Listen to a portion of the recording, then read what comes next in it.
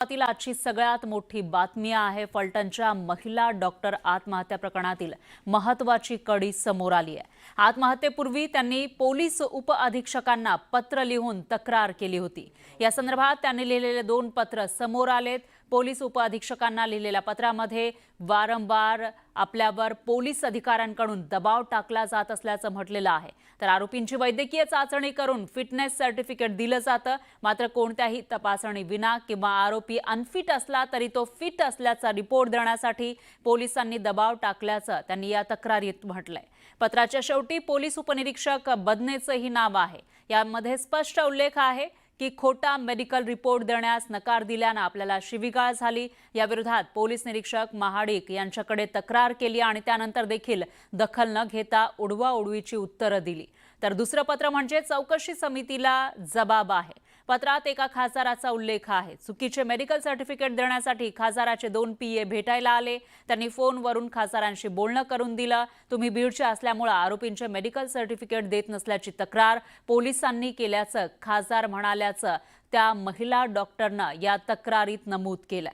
त्यामुळे बनावट मेडिकल रिपोर्टसाठी दबाव टाकणारा तो खासदार कोण यावरूनही विविध चर्चा रंगू लागल्या।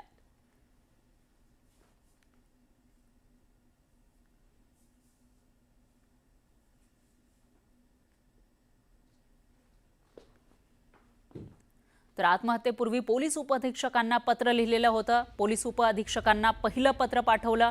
त्यामधील ह्या ज्या नोंदी आहेत त्या आपण बघू शकतोय। राजकीय दबावाचा खासदारावर आरोप होता त्याविषयी सुद्धा या ठिकाणी आपण बघू शकतोय। दुसरं हे पत्र आहे। राजकीय दबाव आपल्यावर खासदारांकडून टाकला जातोय। त्यांचे 2 पीए आपल्याला वारंवार कॉल करतात असं या पत्रामध्ये नमूद करण्यात आलंय। म्हणजे ज्या महिला डॉक्टरनं आत्महत्या केली आहे त्या महिला डॉक्टरनं याआधी अशा पद्धतीने तक्रारी केल्या होत्या। सर्वात आधी पाहूया डॉक्टरांनी पोलीस उपअधीक्षकांकडे काय तक्रार केली होती। फलटण ग्रामीण पोलीसचे माननीय अधिकारी आरोपीला मेडिकल तपासणीला आणतात। त्यावेळी पेशंट म्हणजेच आरोपी फिट नसताना देखील फिट असल्याचा रिपोर्ट द्या असे दबाव वारंवार टाकतात आणि अपशब्द वापरतात। पोलीस निरीक्षक महाडिक यांना फोनद्वारे माहिती दिली असता त्यांनी ही उडवाउडवीची उत्तरं दिली। सोबत अधिकाऱ्यांची नावं देत आहे। त्यामध्ये पोलीस उपनिरीक्षक पाटील सर, सहाय्यक पोलीस निरीक्षक जयपत्रे सर आणि पोलीस उपनिरीक्षक बदनेच सर असं नाव या तक्रारीमध्ये दिलेलं आहे। आणि याच बदनेचं नाव त्यानंतर या महिला डॉक्टरच्या हातावर जी सुसाईड नोट सापडली त्यामध्येही दिसतंय।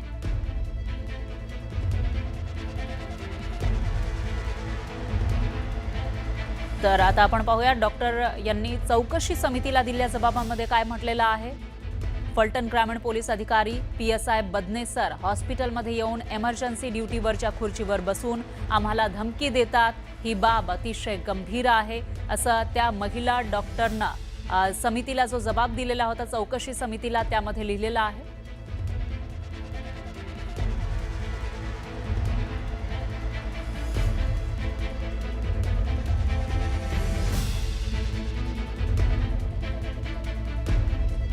तर चौकशी समिती सदस्यांना विनंती आहे की पोलिसांनी मानसिक त्रास देऊ नये।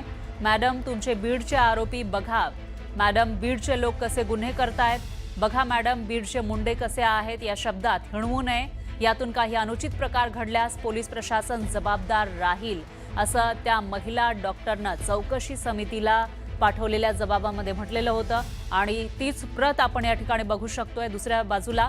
आणि त्यामध्ये नेमकं काय नमूद केलेलं आहे तेही आपण न्यूज 18 लोकमतच्या स्क्रीनवर बघताय। ज्या महिला डॉक्टरनं स्वतःचं आयुष्य संपवलंय त्या महिला डॉक्टरनं चौकशी समितीला हा जबाब दिलेला होता आणि त्याच्या आधी तक्रार सुद्धा केली होती।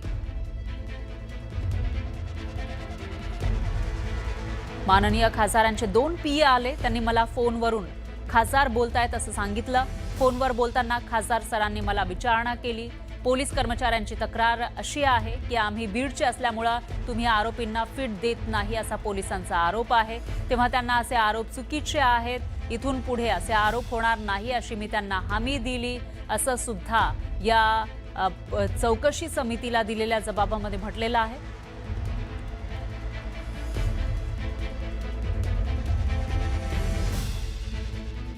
या डॉक्टरांनी जेव्हा पोलीस अटक करतात आणि मेडिकलला आणतात त्यावेळेला मेडिकलच्या अनुषंगाने काही तक्रारी त्यांच्या डॉक्टरांविरुद्ध आणि डॉक्टरांविरुद्ध पोलिसांच्या अशा झालेल्या, ज्याच्यामध्ये तत्कालीन PI यांनीही या डॉक्टरांविरुद्ध एक तक्रार केली होती, त्यांनी पोलिसांविरुद्ध केली होती.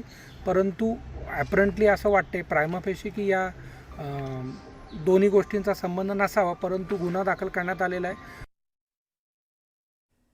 दरम्यान महिला डॉक्टरवर खासदाराचा दबाव होता काय, या संदर्भात पोलीस तपासात काय समोर आलं तेही पाहूयात. आरोप त्यांच्या नातेवाईकांनी असा केलाय, खासदारांचे PA त्यांना फोन करायचे आणि खासदार त्याच्यावरून बोलायचे. कोणते खासदार हे त्यांनी सांगितलं नाही. मात्र आपला तपास त्या बाजूने सुद्धा होईल का की दबाव असा त्या डॉक्टरांवर असायचा? हे बघा, आत्महत्या करण्यात आलेली आहे. पहिली गोष्ट, एक अननॅचरल डेथ झालेली आहे. अननॅचरल डेथ ॲपरंटली आत्महत्या आहे, ती आत्महत्याचा आहे का हा तपास शेवटी सिद्ध करायला लागणार ना तपासात की आत्महत्याचा आहे. आणि त्याच्यानंतर आत्महत्येचं कारण काय, आत्महत्येचं कारण असताना महिलेने काय लिहिलं आहे, कोणाला आधी काय बोललेलं आहे, ह्या सगळ्याचा तपास होणार आणि त्याच्या अन्वये ती आत्महत्या आहे, त्याचं कारण काय, या सगळ्याचा तपास होणार. तर महिला डॉक्टरच्या तळ हातावर सुसाईड नोट आढळल्यामुळे खळबळ माजली. कारण याच सुसाईड नोटमधून पोलीस उपनिरीक्षक बदने आणि प्रशांत बनकरवर अत्याचाराचे आरोप केलेत. महिला डॉक्टर आत्महत्या प्रकरणामध्ये आता पोलिसांनी तपासाची सूत्र फिरवली आहेत. महिला डॉक्टरच्या हस्ताक्षराची तपासणी केली जाणार आहे. आपण पाहूयात महिला डॉक्टरनं चौकशी समितीला दिलेलं पत्र आणि सुसाईड नोटमधील हस्ताक्षर नेमकं कसं होतं त्यावर एक नजर टाकूयात.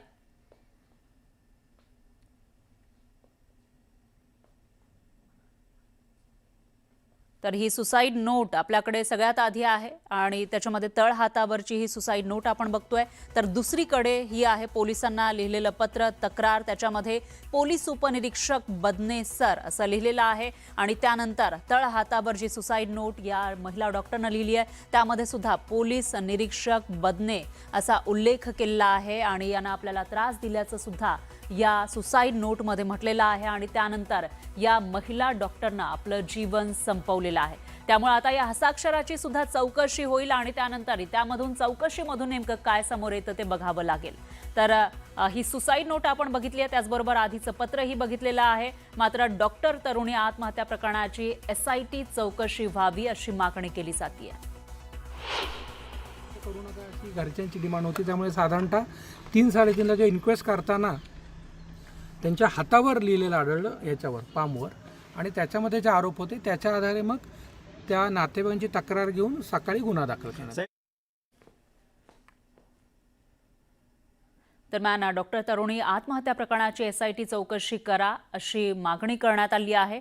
दोषींवर कडक कारवाई करण्याची मागणी धनंजय मुंडेंनी केली आहे.